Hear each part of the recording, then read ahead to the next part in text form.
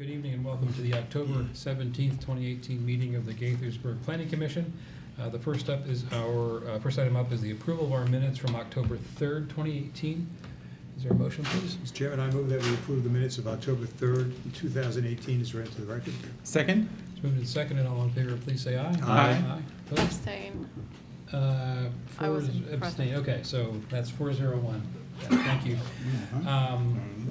Next up is our consent agenda, and we have one item for AFP-8059-2018, an amendment to the Watkins Town Center Design Guidelines in the MXD Mixed-Use Development Zone, and this would count as an amendment to final site plan, but it is an amendment to the design guidelines.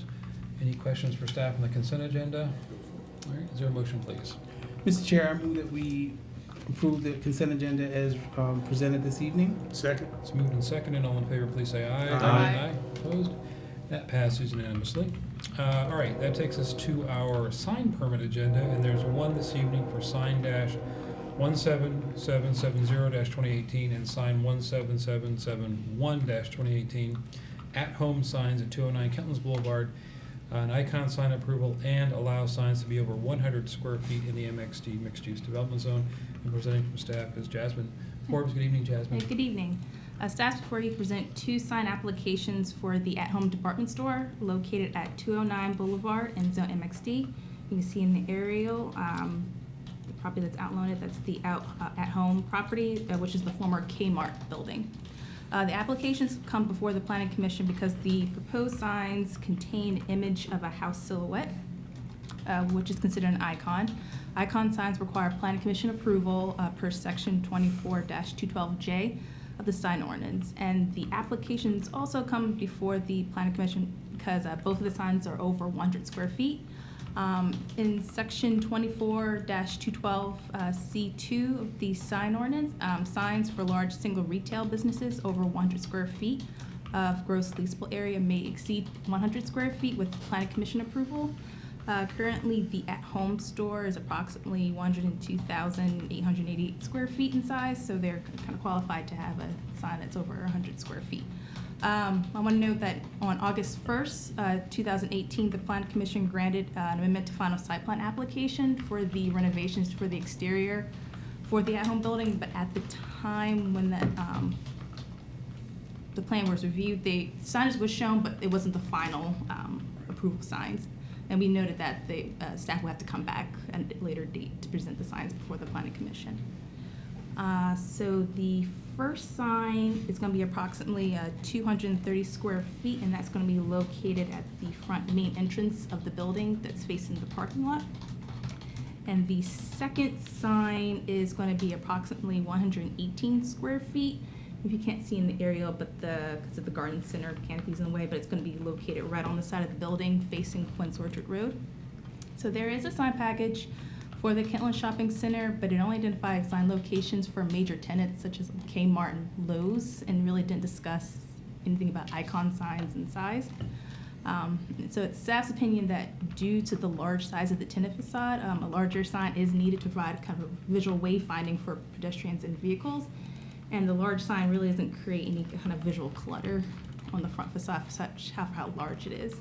And I am open to any questions you may have on this application. Leave that exhibit up. I just want to be clear, the new gabled entry is actually not in the same location as the current one. Do you have just sort of relative kind of eyeballing it, how much bigger or smaller or close to being the same the new sign is to the old, which is gone now, but the old Kmart sign that was up there? I am not 100% sure the size of the original Kmart. Because I think it's also going to, the new one's also, the previous proposed is also very lower, much lower. Yeah. The elevation is smaller than the original big gable that was up there. So, Right. Yeah. So the whole change in scale, shift in scale too. But you don't know how much the K was calculated at? No, I didn't. Unfortunately, I didn't look into see how that's it was. fair. Yeah. Okay. Jasmine, do you know if the garden center is coming down, the wall, the facade, the wall and the gating that they have? They're keeping the gates. I think they're just moving the canopies. I don't know if the current picture. I think the that's walls there. have already come off.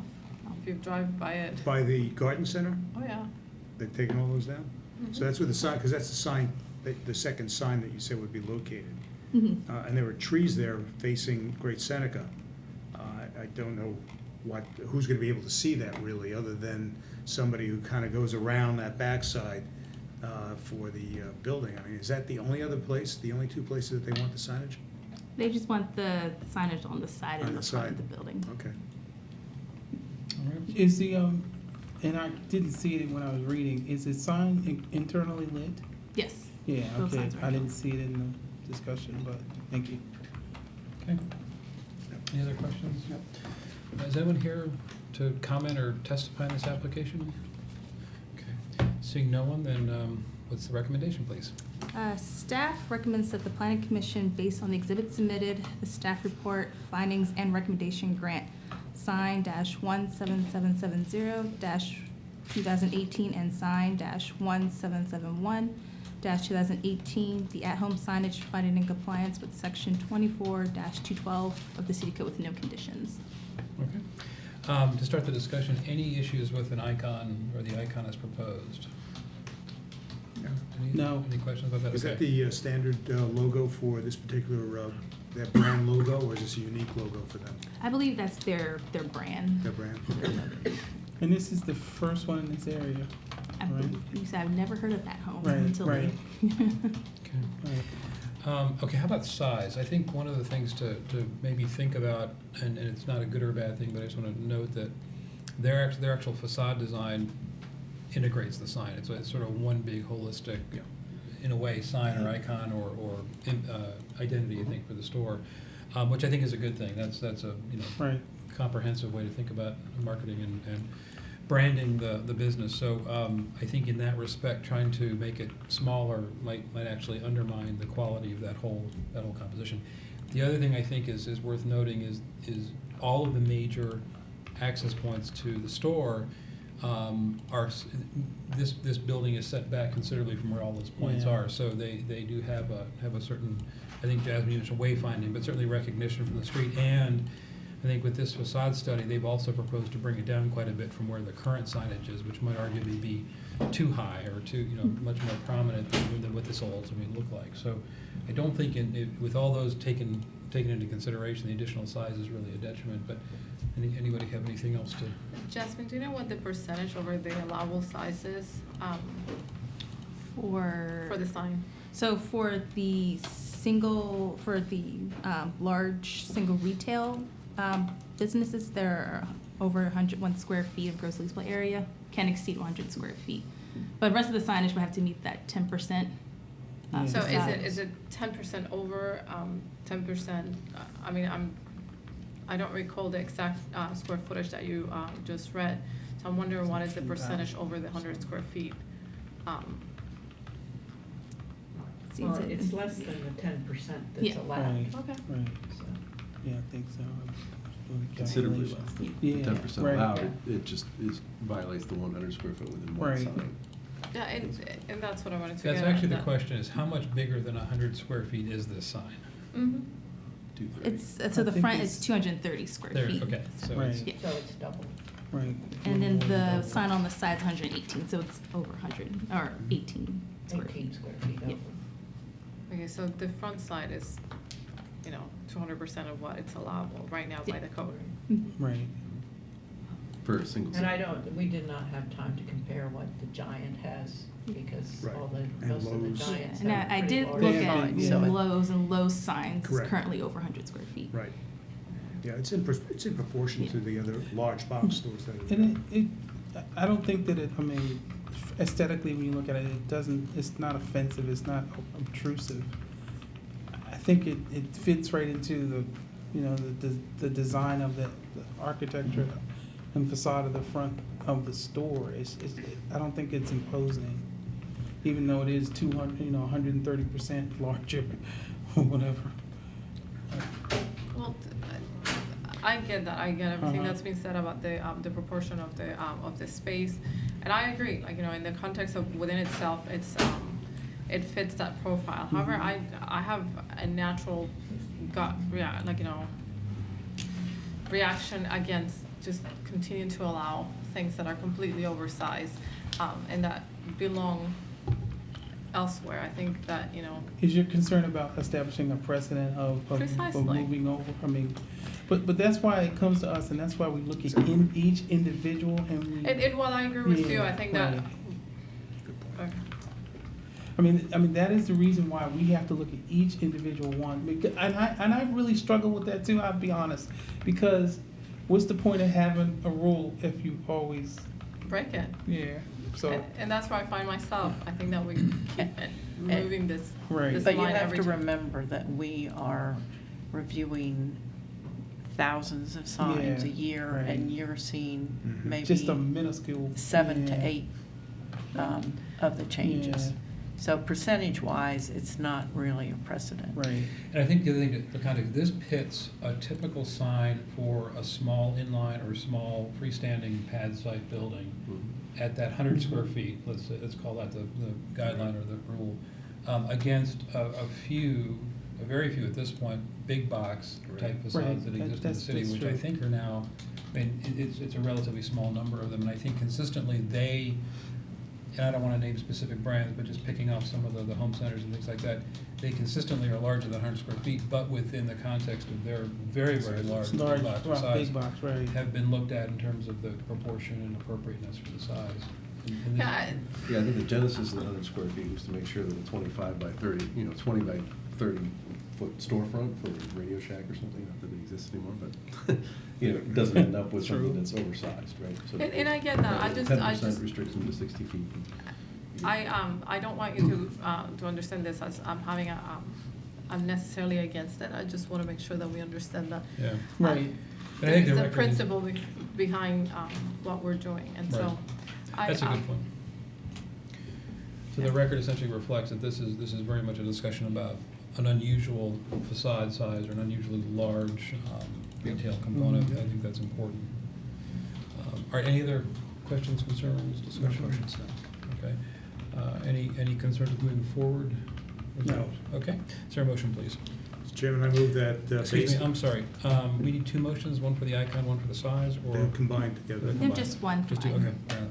Mr. Chairman, I move that based on the exhibits submitted, staff report findings and recommendations that we grant sign 17772-2018 and sign 17771-2018, finding compliance with section 24-12 of the city code with no conditions. Second. It's moved and seconded. All in favor, please say aye. Aye. Opposed? That passes unanimously. Thank you very much. Good discussion. Next up is, we have two recommendations to the mayor and council tonight. The first is for STP 7927, 2018 at 700 Quince Orchard Road. And just so that it's not redundant, Jasmine, why don't you go ahead and read the full application into the record, please? Yeah, sure. So this is a planning commission recommendation for schematic development plan application SDP-7927-2018. The subject property, you can see on the aerial, is located at 700 Quince Orchard Road. The property is currently in between Quince Orchard Road, the south, and First Field Road on the other side. And the property is zoned MXD. So the applicant is proposing to construct a two-level parking garage that will connect to the ground floor level of the existing office building. The application also includes the construction of some surface parking and two public streets on the property. The applicant also requested a road code waiver for Public Street A and a tree removal variance for the removal of 7 specimen trees with a DBH greater than 30 inches. So there was a public hearing for this application held on September 17th, 2018. Yeah. The planning commission record closed at 5 p.m. on October 11th. At the time of the public hearing, there were 36 exhibits in the record, and after the public hearing, 9 additional exhibits were added to the record. So during the public hearing, there were some discussions about the pedestrian vehicle circulation within the site and the parking garage. Mm-hmm. The applicant presented the exhibit for their road code waiver for Public Street A, and they also discussed the tree specimen waiver request for the removal of 7 specimen trees. So I kind of want to go into detail of those 3 items that were discussed. So staff had some concerns about pedestrian circulation specifically from the top level garage to the main entrance. So what the applicant did is, in the plan, there's currently a stair tower, and only the lower level was able to access that stair tower. What the applicant did, they punched in a hole to some stairs to a door, so that way visitors who park on the top level can just go right through the tower and go, and just instead of trying to go around That's good. parking spaces. So they're creating easy access. And then on the second thing, item they did, they they expanded the entrances on the garage entrances to accommodate crosswalks on this side Good. and a sidewalk on the other side to provide space for pedestrians to Yeah. get to the entrance of the building. As presented at the joint public hearing, the applicant requested a road code waiver for Public Street A. There was some discussion about a shared use path that the staff wanted the applicant to incorporate to kind of create a connection between the future residential development Right. around the area. So this is here just a road code section. So you can see on section A, they added a 8-foot shared use path that's on the office side. So kind of once future development occurs, it's going to connect to Bank Street, and it's going to also connect to the residential area. Also, there was a tree waiver variance requested to remove 7 specimen trees on the property.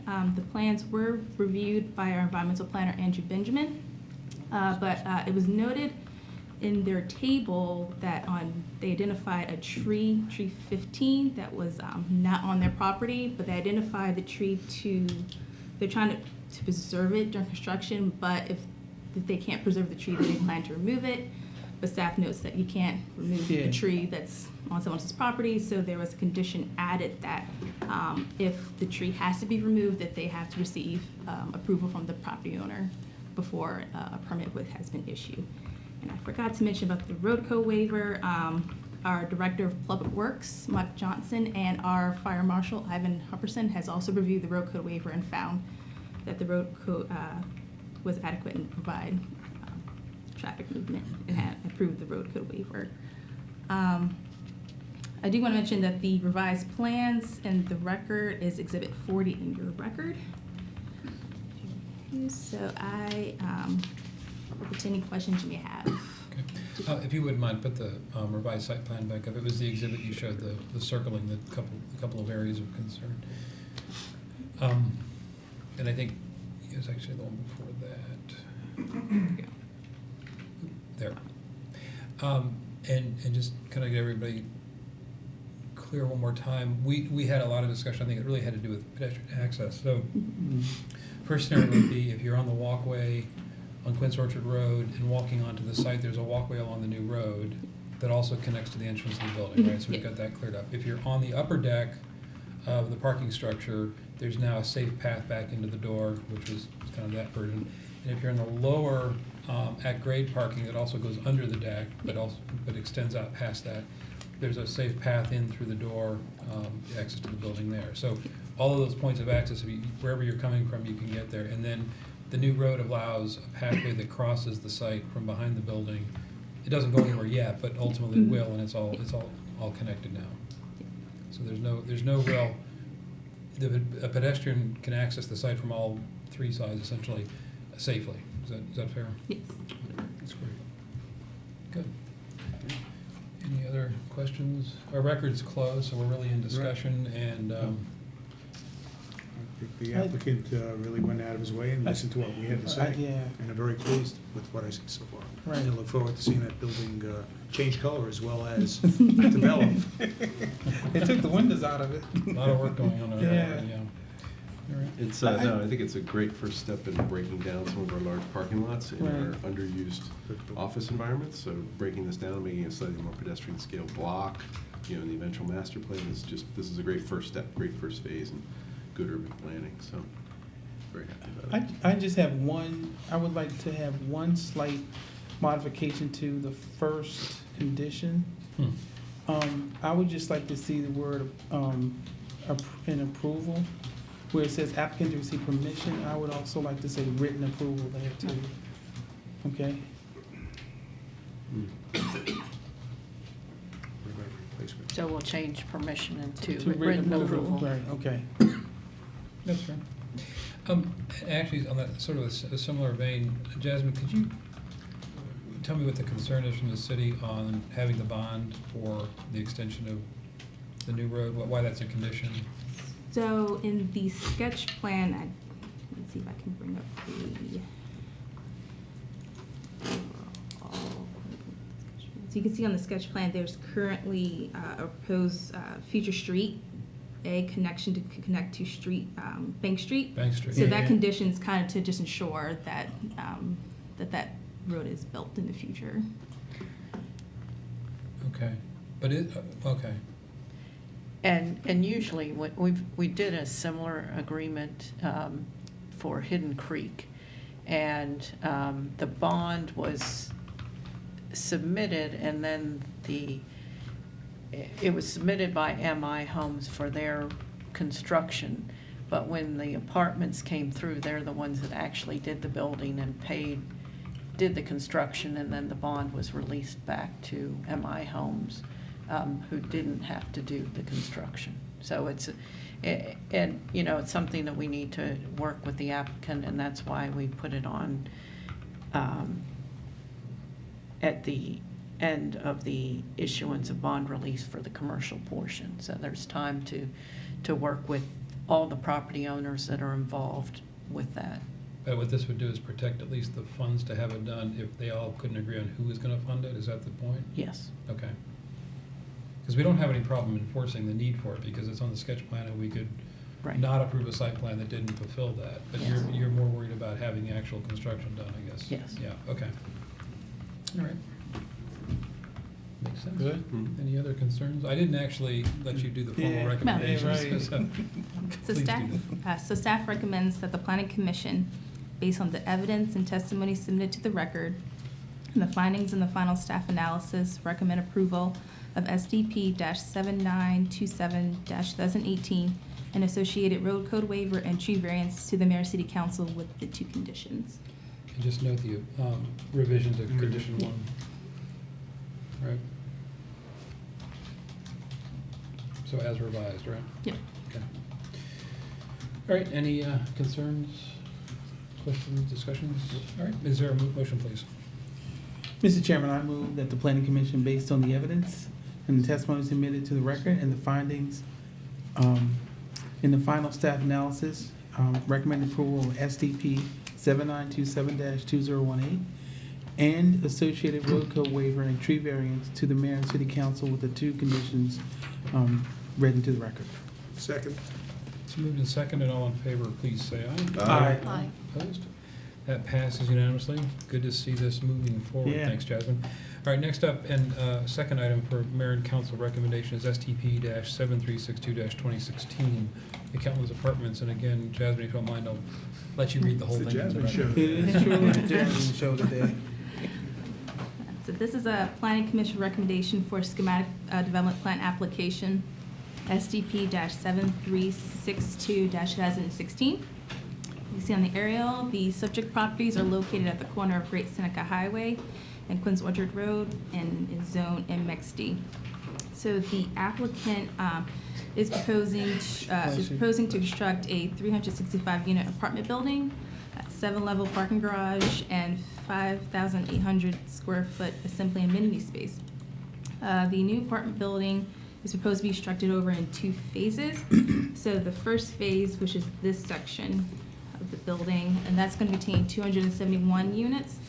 And the second phase, which is this 8-story liner building, and that's proposed to contain 94 units. I do want to note that phase 2 of this building cannot construct until the SDP application for the Saul property has been approved, and that's going to establish the roads and infrastructures for this to be successful.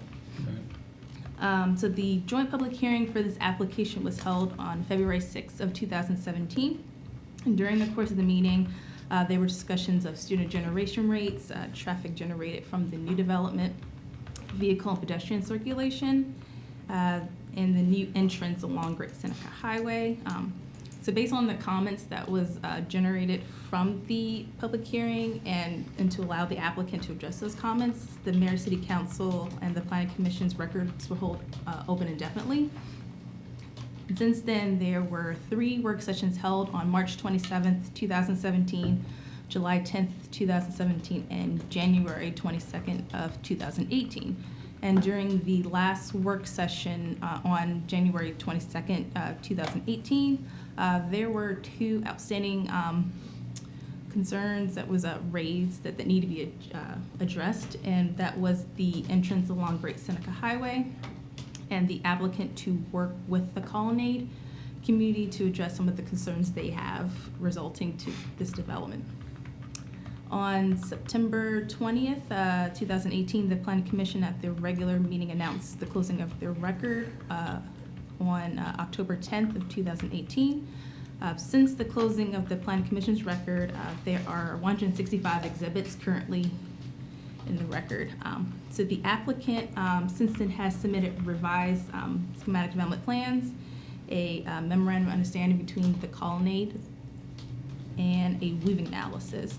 So I'm going to go through kind of briefly each one. So one of the concerns was of the residents of the Colonnade residents. There were concerns of what this development can do on their side of their property.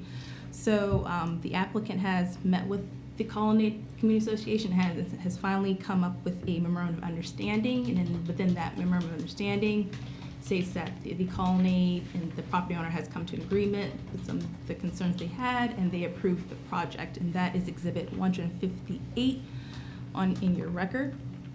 The applicant had submitted a weaving analysis because during the public hearing, there was concerns about this new entrance and possible vehicle conflicts with vehicles going south on Great Seneca Highway.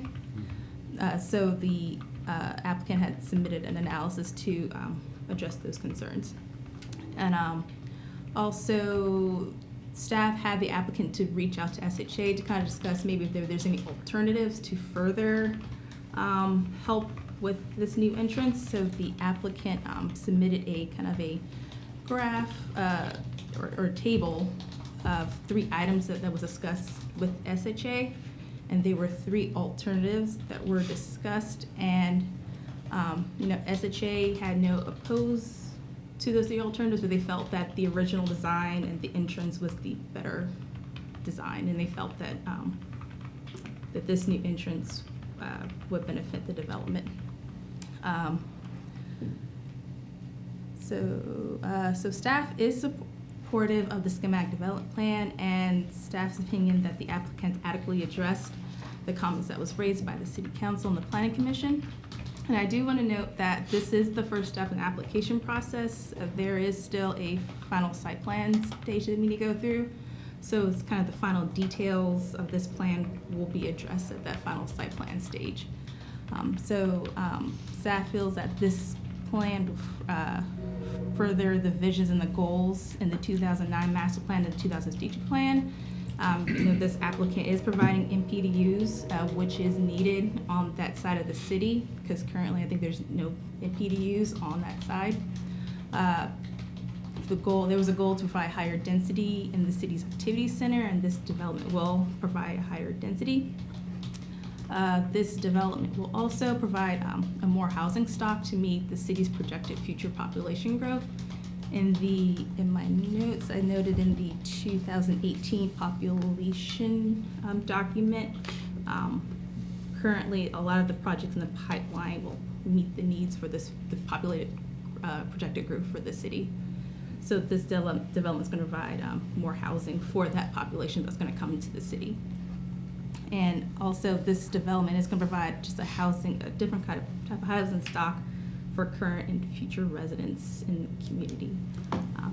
So I'm here to answer any questions you may have, and I also have the project team with me. Okay. The proposed condition, the applicant to work with staff to explore possible ways to enhance vehicle safety for the new entrance along Great Seneca Highway. So you mentioned in your introduction that they had presented 2 or 3 options to do different things at the intersection to the state highway, and it was I guess, deemed or the best solution was what they already had on there. So what is this really addressing if they think they have the best way to develop that entrance, that secondary entrance? So the conditions is there to let the applicant to continue to work with staff to kind of explore different possible ways to enhance that vehicle. Yeah, the state didn't say no Yeah. to the options that we proposed, and I think we want to continue looking. I mean, I think the biggest, or I think one of the best options is to put a stop bar similar to what is at the intersection of Fields Road and Sam Ike Highway. When you're turning onto Crown area, there is you're supposed to stop on the red light, and that helps the left turning movements coming from the north get in without having to weave in and out. Again, it's not everybody obeys it, but at least puts pause. And Mhm. I think we just want to keep our options open Well, I agree. until I the just- final I didn't know site whether there plan. were some more ideas out there, or if that was really something we need to look at more carefully at site plan. We have looked at all the ideas, and Yeah. believe me, if the commission has any, we'd love to explore those too. Helicopter pad. And the applicant will need to get a permit from SHA to build Right. that entrance. So in that email that's in your exhibit, they said once those engineer drawings are submitted, they'll look into detail on that new entrance and see if there's a need to enhance that entrance or explore other options to help that entrance kind of function safely for vehicles. With the MOU in place, is that entrance still needed, or is that access still needed? So in the MOU, it is stated that if the Planning Commission and Council does not approve that entrance, then the colony is going to pull their approval, Right. and then they won't approve the development. Because that entrance is needed, because if that entrance is not there, then all their traffic's going to go through Arch Right, Place, right. which is one of their main concerns. I mean, it could go through the parking Yeah. lot too, but I think it's a Well, I very know, key I- to the distribution of the Yeah, sure. vehicle. I know this is trips. only SDP, but the expectation is the connection to the existing parking lot, soon to be at home, formerly Kmart parking lot, that would exist right up front, or does that come later? The existing, we talk about this. The connection from the new residential parking drive aisle, Yes, Yes. it will be part of this, yes, it'll be part of the initial phase, Yes. phase one? yes. Okay. Excellent. All right. I have a couple of questions. So these will be rental units? I believe so, yes. Okay, so how does MPDU fit into that? In that, so, Same way we've done it for Camden Okay. and for, and Spectrum, we have a system I down think, on that. right, so- and I know, it's a little complex, Yeah. right? Because you've got to spread it across the different. It's on different floors, and Right, it's, right. It's not just all, not all on one floor. Single, Yeah, it's studios. distributed, it's distributed throughout, and it is to, if they have to have equal distribution between the types of units. So 1 bedrooms, Right, 2 so- bedrooms, 3 bedrooms. my There has to concern be is there'll some be at least MPDUs. one of the 6 3-bedrooms will, at least one Yes. of those will be in PDU. They Okay, have so to, it'll be across it has to be proportionate to the, to the numbers. yes. Okay, all right. I did calculate to make sure it was 15%. Yeah. And it is just at 15%. Okay, all right. Thank you. Just 2 basic questions. One is access to refuse and trash. Where's that going to be picked up? Any idea where, without phase 2 coming into play? Is that going to be in the parking lot, the parking structure itself? So in the plans, the applicant have identified 2 trash areas, one in this building and one on the other building, but actually I would ask if the architect or some of the engineering team can Please? make sure. Yeah, I- Come to the, Okay. yep. Hi, Bob Dunning with Dunning Group Architects. Actually, in the first phase, in the building that's facing Quince Orchard there's going to be one at each end of the 6-story building that fronts the road there. And Why don't you, actually, I'm sorry, you- on the other side, the top Use the side. you're pointer. right. You could probably just use the mouse. I could do that. Yeah. Yeah, make it easier. My arms are short. Okay, there, you'll see the little triangle right over here where the cursor is, and one over here. And we actually have a loading area here, and also there's, excuse me, some short-term parking, so allows the vehicles to get out of the way. We also have, trash pickup on the other side where you see the two bridge sections that come across. So right in that proximity, there's two pickups here, there's two pickups is here.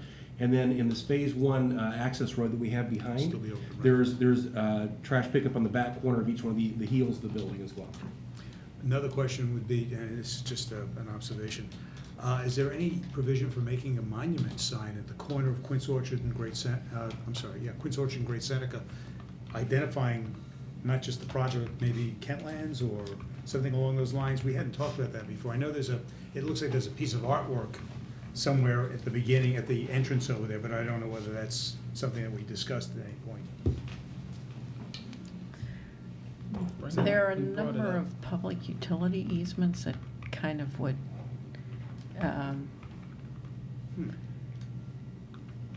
make it challenging. I think that's something that we can certainly explore at the time of final site plan. Okay, I'd just like to bring it up simply because it is where it's located. It's an extremely important corner, and it's something that we talked about, about 25 years ago when Mayor Bora was here. He said that was the key corner, the key lot corner for the entire project as far as his estimation in developing Kentlands and things. So that's why I find that to be a very critical corner, and I think it's important that there be identification, other than just the name of the building perhaps, but the Kentlands, Well- announcing the Kentlands. Obviously, with the site plan, we'll see more about the signage, Yeah. but is there a proposed sign at all, any monument signs, any Currently, identification at all? there's no signage. Not even- Not with an this But you- application. Yeah. You're talking like similar to downtown Crown when you turn Something off. along those lines, Yeah, yeah. Okay. yeah, Just something to think about. yeah. Okay, thank you. Good Any other point, good questions? point. All right, so I want to get into discussion, but Jasmine, you want to formally do the recommendation that staff has, then we'll do our discussion. So staff recommends that the planning commission, based on the evidence and testimony submitted into the record and the findings in the final staff analysis, recommend approval of SDP 7362 2016 and with a formation road code waiver to the mayor city council with one condition. Okay.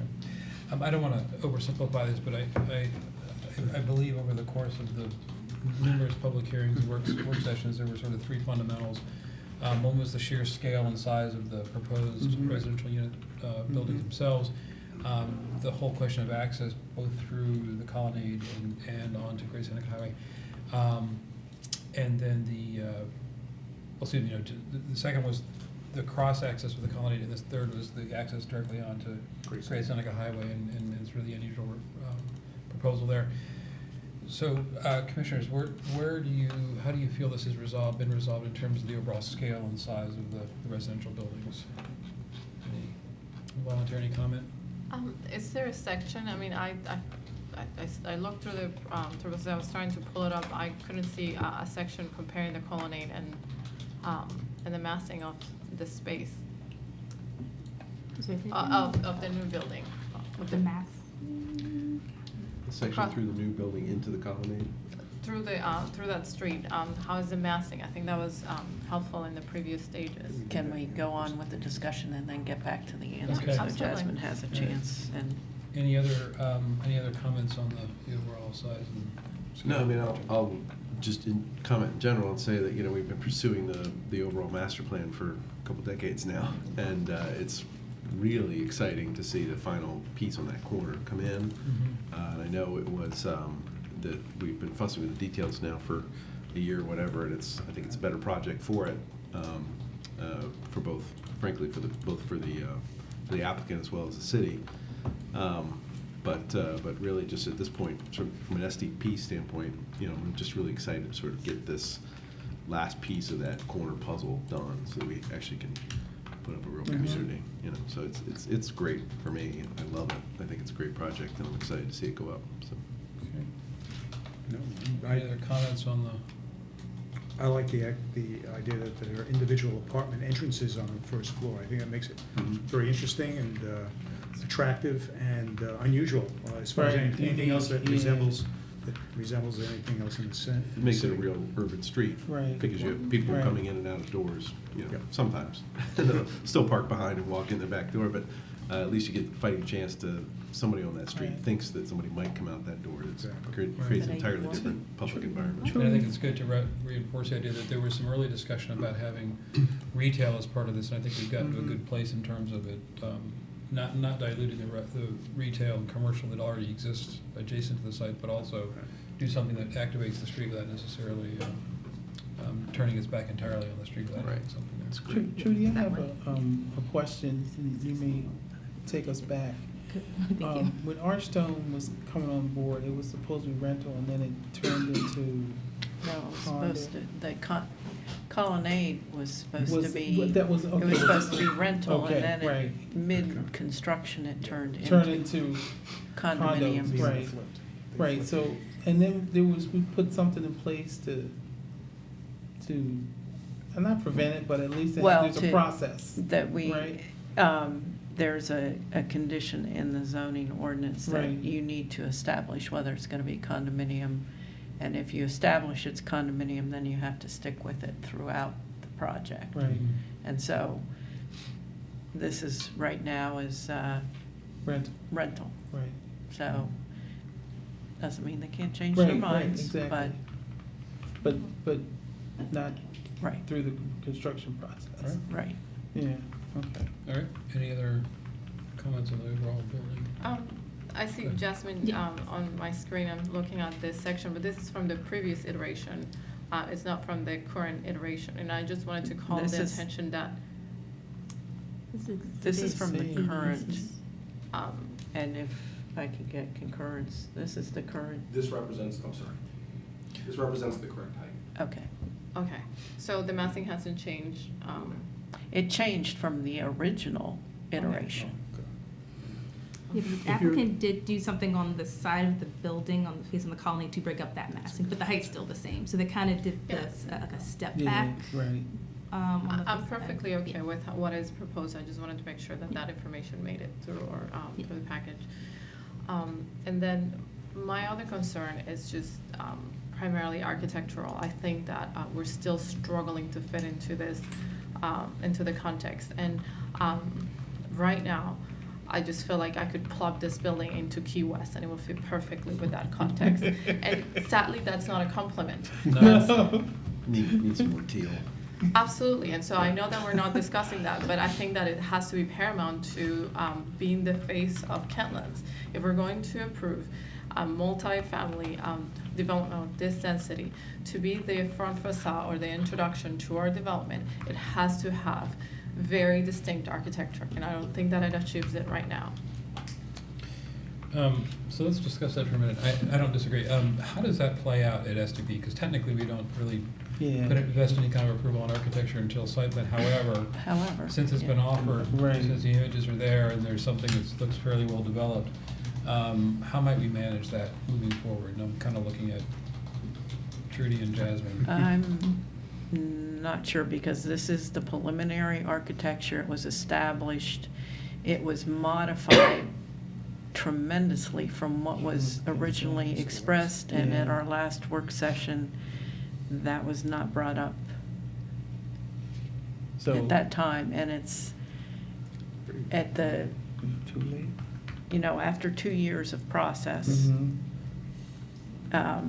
I'm concerned about, Changing it in the yes. middle of the. But why should we be concerned about making changes now that it's going to go for proposal? I think that, this is the time when we need to make sure that it fits the context. We shouldn't rubber stamp it and say, go on because we didn't catch it before. Yeah,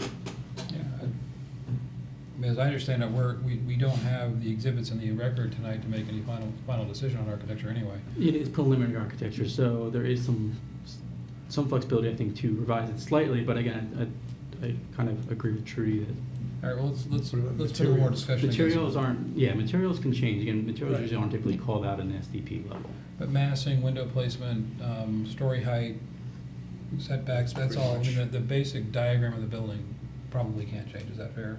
Mhm. But how the facade is treated with the materials are, maybe some of the detailing can, is that fair?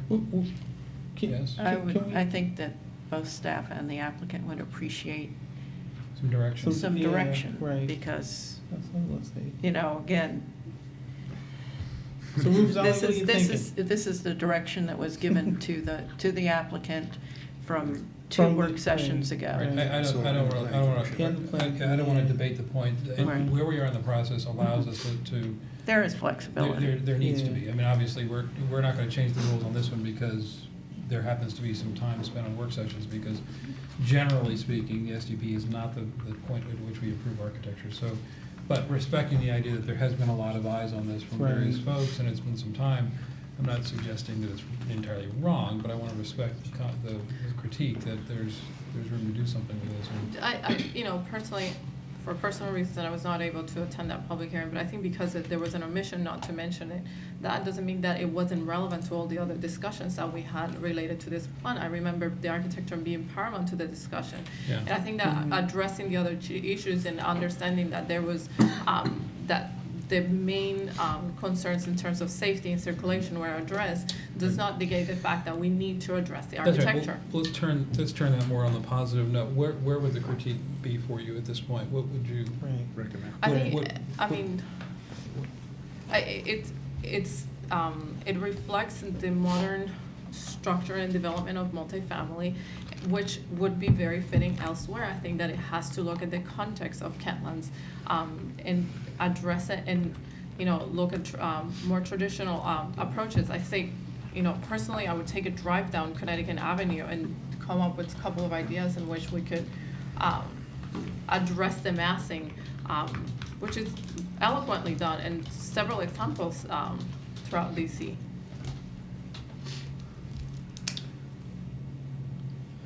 But take this project specifically, what would the critique be to what's been proposed? That's what I'm just trying to focus in on this project, because there's an awful lot on Connecticut Avenue to point at. Some of it good, some of it I bad, agree. so. I mean, do you want me to dissect it and look at the, like, at sharp edges, you know, no cornices, just glass elements, it's just, the double height, the massing, the squareness, there's so many different elements that are completely foreign to the community and that do not represent, No, not to, I don't. But they have cornices on. But yeah, I think your critique is getting a little off track. So I think what you're saying is that it ought to be a mid-Atlantic colonial contextual sort of new urbanist piece, right? I mean, because it has all the with things you its just said. own interpretation. I'm not, Well, okay. trying to Right. appoint it a specific, architectural, It needs to match the Style. traditional yeah. Kentlands Village architecture, is what you're saying. So are you saying that, just for sake, you're saying that in Kentlands cannot have any modern? I'm not saying that. I think that there is a better interpretation than what it's being done. That right now, this does not represent the context that it's being placed on. So to count, not to counter per se, but I do want to call into question context a little bit, because it's on a very busy intersection that includes some very modern, very contemporary, very forward-looking buildings on of course, the opposite side of the street. Yeah, that's true. And potentially more as the, if and when the transit develops. solution comes through, the station comes through for transit. And frankly, where the commercial seems to be going. So for example, the most recently approved revisions to the commercial center approaches more of a modern approach. Yeah, that's At true. home, for example. So I would struggle with a little bit too direct a reference to the residential components of today's Kentlands. That's the only thing I'm struggling with in that discussion. Because I think there's a lot going on in that corner, that intersection, that area of town. Still very much an integral part of the community, but not necessarily a direct quote of the more traditional, more historic references. So that's the only thing I'm struggling with in terms of the critique, is where that needs to focus. I think proportioning, it's overall, if I had to pinpoint, it's the one issue that I have. The proportions are not neo-traditional. And I think that alone will help the visuals. Okay. Yeah, I think I'll respectfully disagree and just say that, you know, anything over 3 or 4 stories that tries to mimic any kind of colonial detailing for me, you know, traditional arches, peak roofs and all of this, the rest of that good yummy stuff at 2, 3, 4 stories. I think you're misinterpreting. I'm not Right. talking about colonial, Yeah, making this the no, I think I colonial hear you. masterpiece of Right. I think I hear 6 you. stories high. And, No. and I think, you know, the landowner at some point gets to assert some of their own, you know, taste. So unless we have sort of a good design guideline for them, and we have some specific criteria. for Well, them to I'm change, glad I you don't- brought I that don't up. know, I've been yeah. pushing for that idea for our overall downtown to come up with a concept that can guide a general For the designs, taller but commercial we don't have it, building. so we have to provide a general guidance, and I think a neo-traditional, proportion-based, design will better fit the context, and that does not preclude modern, design. It just provides a better framework for, an introduction to the community. Okay. So, I mean, I was pretty happy with the articulation of the facade. I think there's a lot of stuff going on. I think, you know, I'm almost, you know, if I were gonna pick it apart, I don't quite know what the brick needs to be up at 5 stories, you know? It just sort of, but I like the fact that it has a very highly articulated facade. There's a lot of things going on, so as it approaches the corner, it's not some big monolith that hits the corner. It's actually has a lot of crenellations to it, a lot of shadow to it. There's a lot of things going on. There's a big cornice. There's all that kind of stuff that creates a great deal of texture and depth to the facade. So for me, you know, it fits the context, as John was saying, of what will end up being a modern, contemporary. But, I mean, look at civic this. center next to it. Yeah. As not an architect, I'm always fascinated by listening to architects debate detail here. But I think our job is to approve an SDP, and at this point, I think that train has kind of gone through the station. And, you know, as far as materials go, I could see us commenting on materials, and that may be a good, appropriate time to say, I don't like the red massive brick, and maybe we can do something with, you know, cornices and fennel, whatever they call them, you know, fenestration, Yeah. thank you. But I think at this point, I mean, again, staff has told us, you know, we've been working Yeah, on this I for mean, 2 I'm years. a- office building. I'm on. Well, can you put yeah, that up I on the think screen? it's- Thank you. Yeah, I think it does to some extent, probably a suburban office in a residential context, yeah, because they're trying to blend in with some detailing of the residential environment. I don't want to come across as being against of this development. I think that it will be a great masterpiece. I just want to make sure that it does represent the entrance of the development. Sure. And, you know, it would be for its own benefit, to be that marquee. Sure. So just to add a little bit to it, I find the left-hand leg of this elevation that's up right now very nicely resolved, and we could get into more about whether the brick and the mortar joints are the same color or contrasting colors, or Right, which ranges right, different color. right. And I think that's gonna go a lot towards what bothers me a little bit about the rendering. The one thing that does give me pause is the bridge element, which does look a little bit more commercial and you know, almost lab-like, almost like what is across the street, you know, the stark white. That's pretty good. But on balance, I do think this building is heading in the right direction for something that stands on its own as a residential element. It's not just trying to be a 5-story version of a 3-story townhouse. And where I think some of these contemporary, you know, transitional buildings between commercial and residential are successful is in the detailing. So, you know, if there is a great deal of good masonry detailing at the base of this building, if there is, you know, That'll be huge. It'll be huge. It'll make an enormous difference. And if you actually have, you know, something that at the first 20 feet of this building, you know, can show me that, you know, you've put some care and life into that detailing, then I'll be very happy with the building. But, you know, that being said, they may come back with something that's not acceptable. But I you know, I'm not a big fan of the timing argument at SDP, Right. but I also think they've done a good job on this building. So. Well, I guess, I mean, we all bring something different to the commission, and I'll bring my piece. I'm not an architect, and I don't play one on TV. You get the bow tie, though. You get the but I have architect's to bow say, tie. but I mean, I'm a very visceral and visual and guttural person in that regard, but I'm also very thoughtful person, and this doesn't offend me. But I'm not an architect, and I've never taken an architect course in my life, and I've learned a lot from my esteemed colleagues here. But, you know, I don't, this doesn't Yeah, offend that me. needs a lot of work. I like it.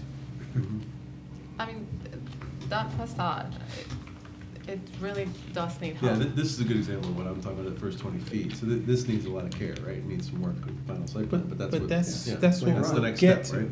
Yeah. Yeah. I just Completely don't, agree I'm with not that. sure that, I mean, I At want this to point, emphasize we something can hold that it up. staff has offered up, that this is preliminary architecture, Yeah. it suggests to me some broad brush strokes on how the basic massing, the basic, Uh-huh. how the building's cut up into chunks, and doesn't yet commit to the final materials, colors, even the Mhm. detailing that you're talking about, reveals, trim, how those things work. Right. Even though it may be implied, I don't think, and I wanna be clear, we're not even gonna discuss that tonight, 'cause it's No, not on the you table can't. with any kind of exhibit. So, I'm comfortable at that sense of broad brush, that the massing is appropriate given the number of units and given the site plan. The other thing to be careful of, I think, is all the renderings, they don't give a lot of context to this building either. They sort of put it out in a pristine field all by Right. itself. I don't know how you would experience this unless you have a drone and you're watching it on your computer screen. I don't mean to be facetious, but this building is gonna be understood and experienced in small pieces. You know, as you whiz by at 50 miles an hour, whatever it is, and see just the first couple of floors, or as you're walking on the sidewalk and look up and see maybe a little bit of it, or you're across the street and see a little bit more of it. But in its entirety, in this beautiful panorama, I don't think that's even realistic at this point. So, that's why I have less concern about it being that icon. I think the key one, now the rendering, the interesting thing to me is what really happens on the corner. And we were talking about Yeah. signage and the potential Yeah, for art right, and exactly. how the landscaping interacts. And I think Yeah. that's gonna be the image that yeah. really matters. If that becomes a discussion point, you know, the idea of a gateway or a marker for the community. Because that won't happen at floor number 7 or floor number 6. That's gonna happen down at street level. And the berm goes away, I know that gets flattened out a little Right. bit, and there's less of that shielding of the first floor. So something down there in that little corner park area becomes that discussion. I But think. to your point, think of Key West. Do you think about, like, you know, the berm and the ornamentation they have put in the front of the buildings, or do you look at the Key wall? West? Yeah, Key West Avenue, of the. Oh, you're talking monumental- about Crown Key West Farm? Avenue? Key West Avenue. Or are you talking about Key West? Because I think No. of chickens when I talk about Key West. No, Key Florida. West We did and reference. Avenue in Rockville. Think of Gotcha. those facades. I mean, they're impressionable. They are atrocious. And And I would argue But- this is a step. And those step are forward. those the Camden ones? Yeah. That- Yeah. And then you Yeah, look across at the from ones Nashville. that we approved for Camden in Washingtonian North, Yeah. that's very different. And I think it's a great Absolutely. example of a flat monolithic facade. Because Right. we Whereas did a this lot is- of doesn't changing. do and- that. Right. Yeah. And this is similar, a great deal of kind of articulation. similar. but I have a complete, you know, different appreciation of this articulation. It's just, you know, adding shades and shadows to a building, that's not necessary to create an interesting facade. And I think that's a fundamental philosophical difference in our approaches. But this fits in Key West Avenue. This would be the best building over there if it was. If this actually was over there, this would far outshine, I Yeah. think, anything that's there now. I mean, the one by Danac, there's And I did the different. precast building down at the other corner. You so- should be ashamed of yourself. That's a beautiful office building, actually, but that's an office building, so. It's gotta get there. But So- I think Go what ahead. Lloyd said about, like, when you come into the entrance and we have to really, I would say, focus on that corner and what it's gonna look like when you just like when I come, my wife and I go to downtown Crown a lot now, but when we come through, I really love the corner. We see the nice brick and downtown Crown and the sign, and my eye is drawn to that, not necessarily what's behind it. I'm just saying visual, and I said I'm a visual person, but that is what I'm drawn to, and I'm not diminishing what you say, but I don't know. I guess I'm just not. I'm just trying to understand where we are. I get, Well, I mean, it's going to be a tall building, it's not Okay. going to be able to, you're not gonna be able to miss it, the No, crowd. that's true. Example, there's a very big, huge separation from the two. Yeah, This- that, And, yeah. This is and a there's still some, towering and six stories. there's a number of vacant lots Yeah, that- that have right. not been built That yet, the and we finish, haven't right. seen plans, so. Precisely, so I think, the scale and the distance is, it's just different. well, I'd like to also remind the commissioners, though, that this isn't a village. Kentlands wasn't designed as a village, it was designed as urban. And And this I- is an urban, in my estimation, an urban building. And whether it's Connecticut Avenue or Key West. Now you're just trying to start a fight.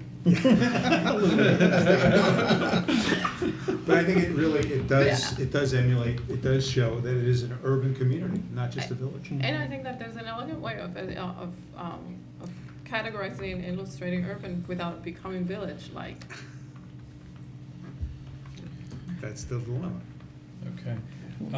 I think what the record may suggest, and this doesn't necessarily turn into a condition, but I think it's pretty clear, we're gonna put some fairly careful scrutiny on the final architecture when it comes to detail and materials and how this really reads. My fear is that the concept renderings aren't detailed enough or developed enough to necessarily support or defend either side, but except that it seems to cut the building up into some massing, into some segments, into some bits and pieces that look like it could be made to work and suggest that it can be made to work.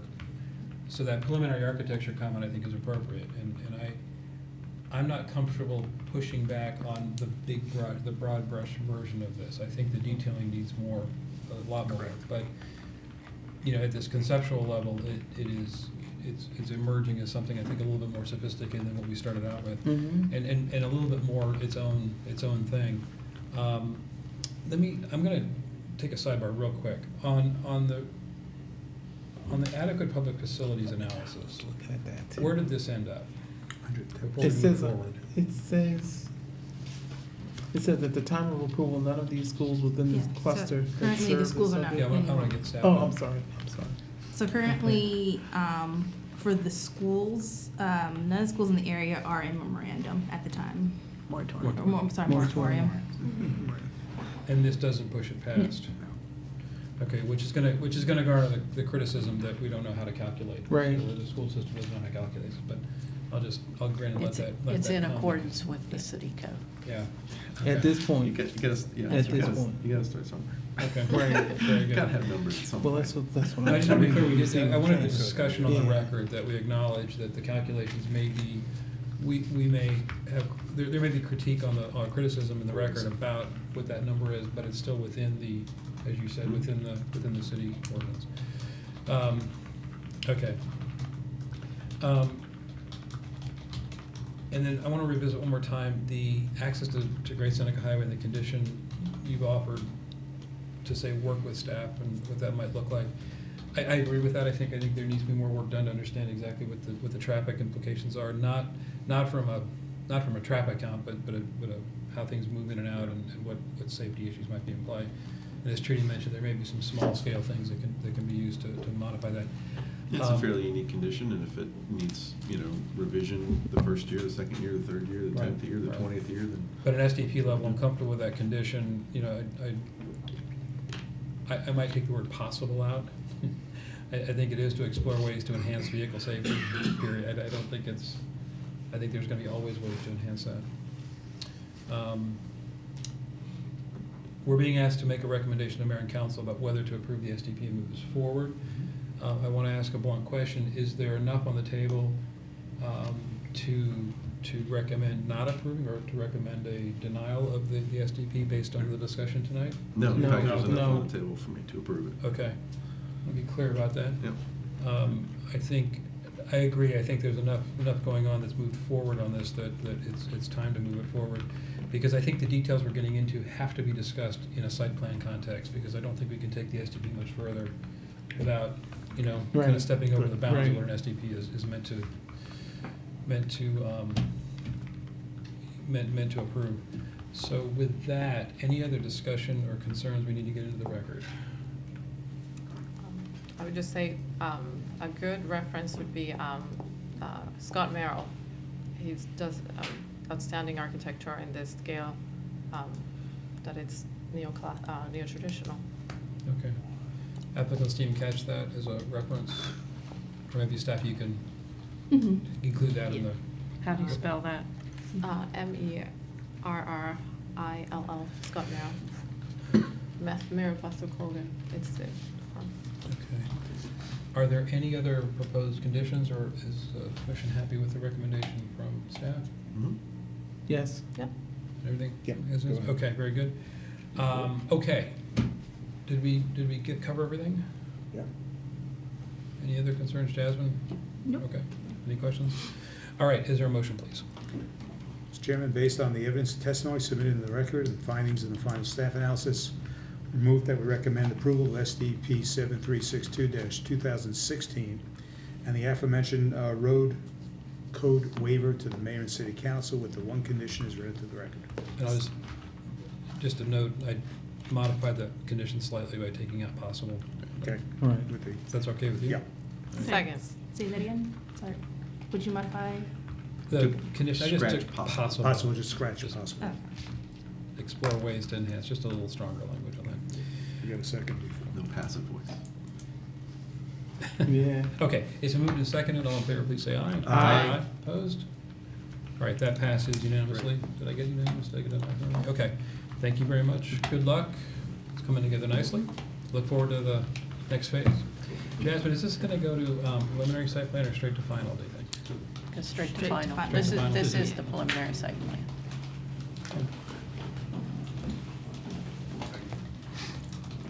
Excellent. Thanks. Just clear the room. All right, Cheers. that takes us to our site plan agenda, and we have one item tonight, which is for AFP-7834-2018. Jasmine, you're doing this one as well, so please, finish the record for us, please. So staff's before you to present amendment to final site plan application AFP-7834-2018. This application comes before the planning commission in accordance with section 24-172A, which requires planning commission to grant amendments to final site plans. The applicant's also requesting a sign adjustment for 2 building signs pursuant to section 24-212AF. So the applicant is requesting approval for exterior renovations and minor site improvements for the McDonald's at 12130 Darnestown Road, located in the shops at Potomac Valley Shopping Center. Just note that the subject property was annexed in the city on May 16, 2016, and was rezoned from the Montgomery County's neighborhood retail zone to the city's MXD zone. So this is, I believe, the 3rd AFP application for McDonald's renovation yeah. in the city. Yep. So I have Joe DeMarco from Bowler this evening to do the presentation. All right, very good. Good evening. Good evening. I'll keep it brief. I'm battling a little of a head cold, so I'll try to keep it short and sweet. Absolutely, thank you, Jasmine, for the introduction to the development application here. This is, again, very commensurate with 2 other applications that I've been before you with recently within the redevelopment area. As Jasmine has indicated, the intention is to keep the building that is there, but do a refresh of the exterior facade, as well as improvements to the interior and installation of digital menu boards on the outside of the building, keeping the circulation and the parking as is. We would be restriping the parking lot, re-topping the parking lot to bring it up to, a new look, and bringing the parking striping to, current standards of the city manual. There's really no landscaping that we're proposing, except for adjustments or relocation of some of the landscaping. I'll direct your attention up into this area where we are making a connection to the sidewalk at the front along Darnestown Road. And again, keeping the entrances and access circulation all as it is today. These are, just quickly, a look at the proposed architectural elevations. Again, very commensurate with the style and materials that have been presented to you guys in previous applications for refreshing the building.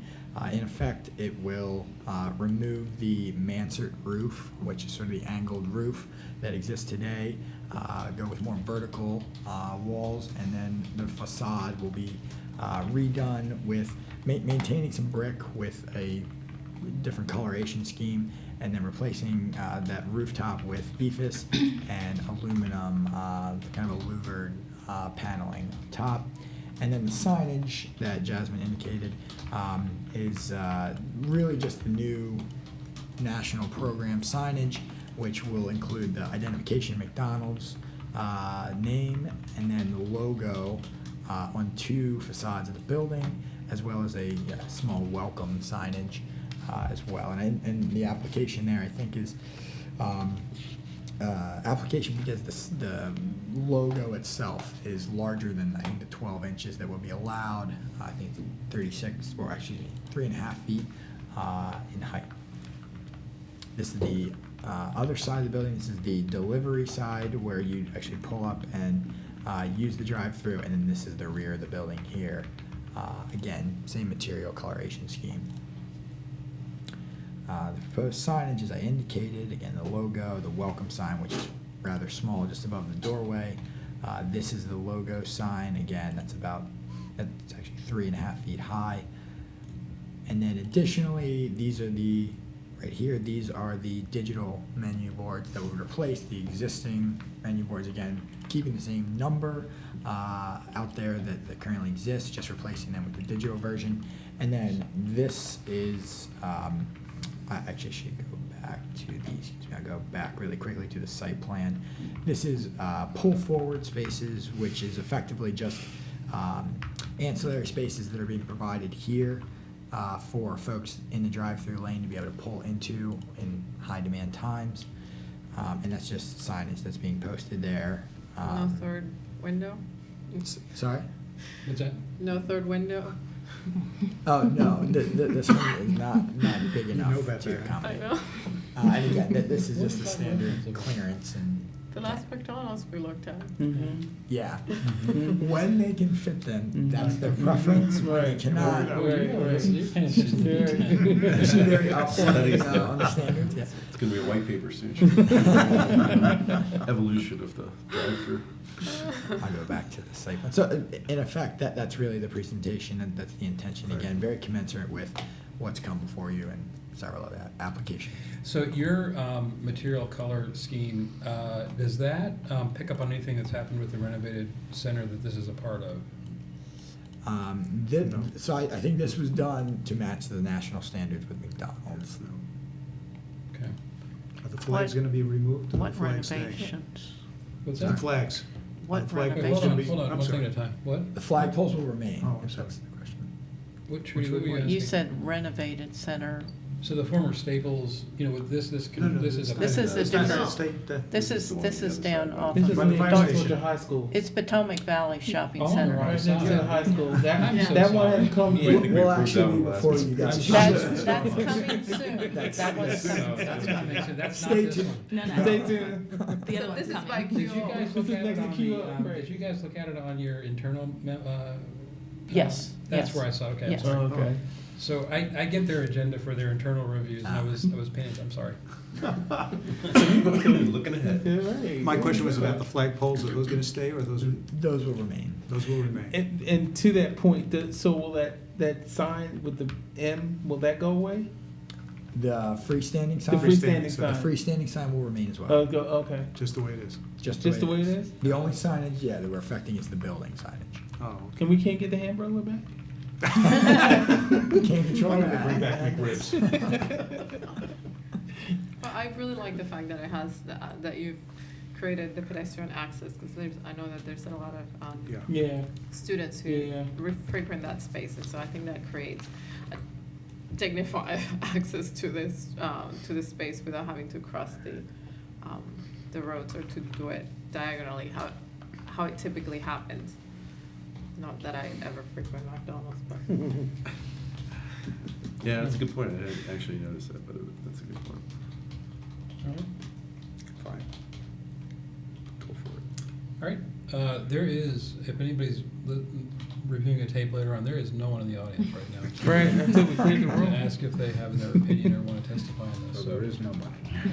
I mean, there is nobody, not even staff in the audience. Okay, so the recommendation, please. So there's going to be two motions. So the first one is staff recommends that the planning commission, based on the exhibit submitted, the applicant's testimony, and the staff report, findings and recommendation, grant AFP-7834-2018 amendment to final site plan, finding compliance with sections 24-170 and 24-172A of the city code with two conditions.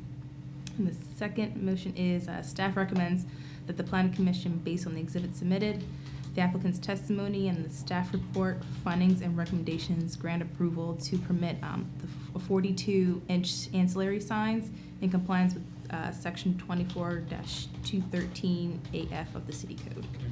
On the photometric plan, is staff concerned with too little or too much light, or is it just unknown at this point? The initial submission of the application, the photometric plan kind of cut on one side of the property, so it wasn't showing the lighting levels on one of the sides of the property. So Public Works is asking an amendment photometric plan to show the entire At some point, doesn't parking it lot. just become the rest of the center's parking lot? It's not really McDonald's parking lot or their property, right? I think they just want to see if there's adequate lighting for the McDonald's, but overall, it's the shopping center. It's the shopping center's property, yeah, okay. But there was no specific concern, like that it was too dark on the corner or something? No. Okay. All right. Any concerns, comments? All right. So you want two motions, right? Yes. All right. First up would then be the approval of the amendment to final site plan, which is the modifications to the building. So is there a motion, please? Mr. Chair, I move that the planning commission, based on the exhibit submitted, the applicant's testimony, and the staff report, findings and recommendations, grant AFP 7834-2018 amendment to final plan, finding it in compliance with sections 24-170 and 24-172A of the city code with the two conditions read into the record. Second. So moved and seconded, and all in favor, please say aye. Aye. Aye, opposed? That passes unanimously, and next up is the motion to approve the ancillary sign, the digital menu sign. Is there a motion, please?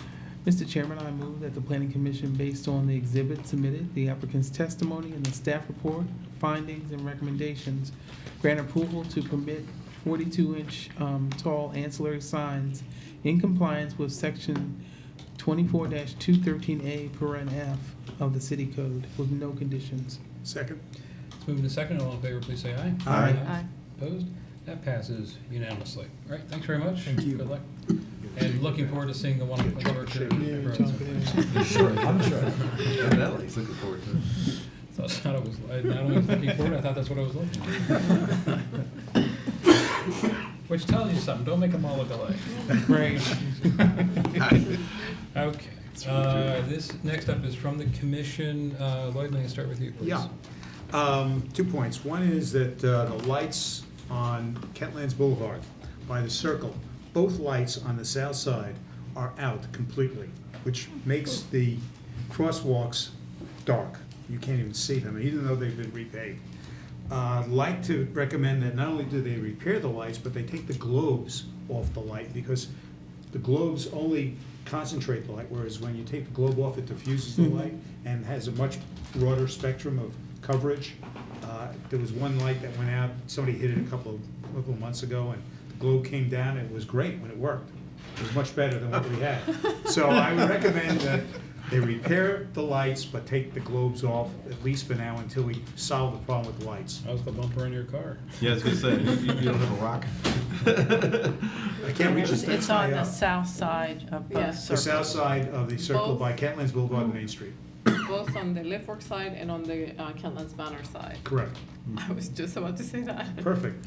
So not to belabor this, because I know we've been talking about this Yeah. a lot, and we're focusing on this one circle, and I know there's plenty of other intersections in the Yeah. city that need attention, but what is the status of the larger, broader look at how the traffic circles and the crosswalks are working? I know what's in place right now was the interim kind of quick fix. but Correct. Any idea what the we're doing, or Public Works is doing a study of circles throughout the city and Good. coming back with a recommendation. I don't know what the status of that is. Does that include the But that- pedestrian, how pedestrians engage at the crosswalks where they are? I believe so. Okay. I saw a city truck sitting at the Gerard, Hmm. whatever the street is I live on. Well, it's being done, it would be done by a consultant. I don't know where the task order is on Good. that. Okay, so could we get a update sometime in the Yeah. next couple of meetings, just to Yeah. Good point. stay on top of that? Thank you very much. Yeah. And the other second point was the Oktoberfest. I'd like to commend the staff, the city staff, for a fantastic job. I know it was very trying because it rained in the morning, Yeah. and people didn't show up really until much later in the afternoon, at 2, 3 o'clock. But they handled it beautifully, and again, once again, the cleanup was superb, and it was done. I'd say that it broke up at 5 o'clock, and by 7 o'clock, you would know there were 20,000 people walking the streets of Kentlands. There was no litter, there was no trash cans. It was all cleaned up. It was a fantastic job, and congratulations As to the city. always. Congratulations. Well done. Seems like it gets better every year. It does. Excellent. All right, Danny, you have an announcement? I have, yes, but I want to ask a question about, on Diamond Avenue across from the Victor Litz Manhattan Pizza and Plums. There's that, of course, the little parking lot there, and everyone just seems to cross the street right there at the entrance of the parking lot, and as opposed to walking to the corner. Might we investigate putting, a striped crosswalk there, or a sign that Because- says "Do not cross here"? I mean, everyone's doing it, and it's very dangerous. I think the only way would be to enforce. Enforce the The- to go into the corner. Yes, Yeah. and that's not a popular You idea. know. Um, Yeah. And we don't, we're very careful in the design of the park and to add Mhm. another sign Okay. with that, but I'll Put a- talk to, 6-foot fence right where they're crossing. Right. That works. Right. It does work. Yeah. it Okay. might be a site distance Yeah. issue The other thing, just give Jasmine a gold star for this evening. though. Yes, my hat's off to Jasmine, both Great. Jasmine and Greg for the Yes, work that yes. they've done to bring all these applications Yes. to you. Right. Absolutely. So I have an announcement. Okay, so I'm gonna read this. Notice could to be the it. general public is hereby given that members of the Planning Commission and the Board of Appeals plan to attend the 35th Maryland Planning Commissioners Association Conference being held October 25th and through 26th, 2018 at the Holiday Inn in Gaithersburg at 2 Montgomery Village Avenue, Gaithersburg, Maryland 20879. The purpose of the conference is for training as well as informational sessions for commissioners and board members in their appointed duties. For more information about the conference, contact Danny Winborn at danny.winborn@gaithersburgmd.gov or go to the NPCA Annual Conference webpage. Thank you. Very good. Thank you, Danny. And Does that start 9 a.m.? 7, breakfast. very good. Matt, anything to add? Nothing for me. All right, Ms. Sally? I have I an know you have announcement. as well, okay. I'm gonna read it too. It says, notice to the general public, it's hereby given that members of the planning commission of the Gaithersburg plan to attend, to observe 2 discussions about the challenges and opportunities for the aging populations in the community hosted by the Kentlands Community Foundation and the City of Gaithersburg Planning and Code Administration Department on Tuesday, October 2018. There will be 2 events held on that day. One at 2 p.m. in the Kentlands Clubhouse in 485 Bailey Square Road, Gaithersburg, Maryland 20878, and this will be a closed session. The next one will be at 7:30 at the Gaithersburg Arts Barn at 311 Kent Square Road, Gaithersburg, Maryland 20878, and this will be open to the public and free admission. The purpose of these events are to engage in a discussion about aging population in Gaithersburg. For more information about the event, please contact me, Ritzali White, at ritzali@gmail.com. All right, thank you. That actually promises to also be a really good opportunity to look into another facet of planning. I don't think we've given a lot of attention to over the course of the. And I would just add, Scott Ball wrote the Lifelong Communities Handbook along with AARP, and one of his partners in developing this idea, Danielle Aragoni, is going to be presenting, and they're going to both team up in leading the discussion and providing active and practical solutions calibrated to Gaithersburg, not only to Kentlands, but to Gaithersburg. Is there anything we as planning commissioners should do to prepare for this, for the first session? Just come in, Okay. listen, give your input. That's why we're wanting to make this Right. notice. Good. And also on the 22nd is the downtown Gaithersburg, Yes. Kentlands, I'm sorry. The downtown's working group is holding a town hall, and this will be at the Kentlands Clubhouse. Okay. And the purpose of that meeting is to update the community on what's taking place in the downtown development. There would be, I believe, representatives and updates from each one of the developers, and to who would answer questions and provide information on what's going on. And just to add on the 24th, on Wednesday at Lakelands Middle School, the city council, I believe, is going to be holding a city council on the road. Council in the communities. Council of the Communities, That's so great. that's full week. That's a Full week. busy week. Oh, every tell night. me about it. Yeah. All right. Just so you know. Very good. Greg, Trudy, where do you want to go next? Just next meeting is November 7th. Well done. Nothing else from me, though. Yeah, Thanks, Greg. and also just a reminder that the second meeting in November is on a Tuesday night, so that it's not on the Wednesday before Thanksgiving. Okay, Oh, yeah. okay. perfect. All right. I do Frank. have, just in terms, not to raise any issue about the Kentlands meetings, but I know the 2 PM is a closed session. If you have a quorum attending and there's interaction on public business, that becomes a closed meeting. There are processes to go through for a closed meeting, both before, during, and after. But the main problem would be less process than you'd need a specific exception that would allow that to be closed. And, to discuss ideas about development in the future is not one of the 15 that would stand out, because generally there are personnel obtaining legal advice and things like that. So that was the purpose, that was the suggestion from staff, and we appreciate that being accepted, to add the word observe, because if you're there observing and not interacting, that's fine. Okay. So just offer that note of caution. The other note of caution, really for both, is the ex parte issue, which is that if there is an active application that comes up and is discussed. Now, if there's an application that's already been decided, or it's something that hasn't even been submitted, it's not active. Right. But if it is active, that means, as we were talking about with the apartments, your record had closed. Well, that's because any decision needs to be made based on the record Right.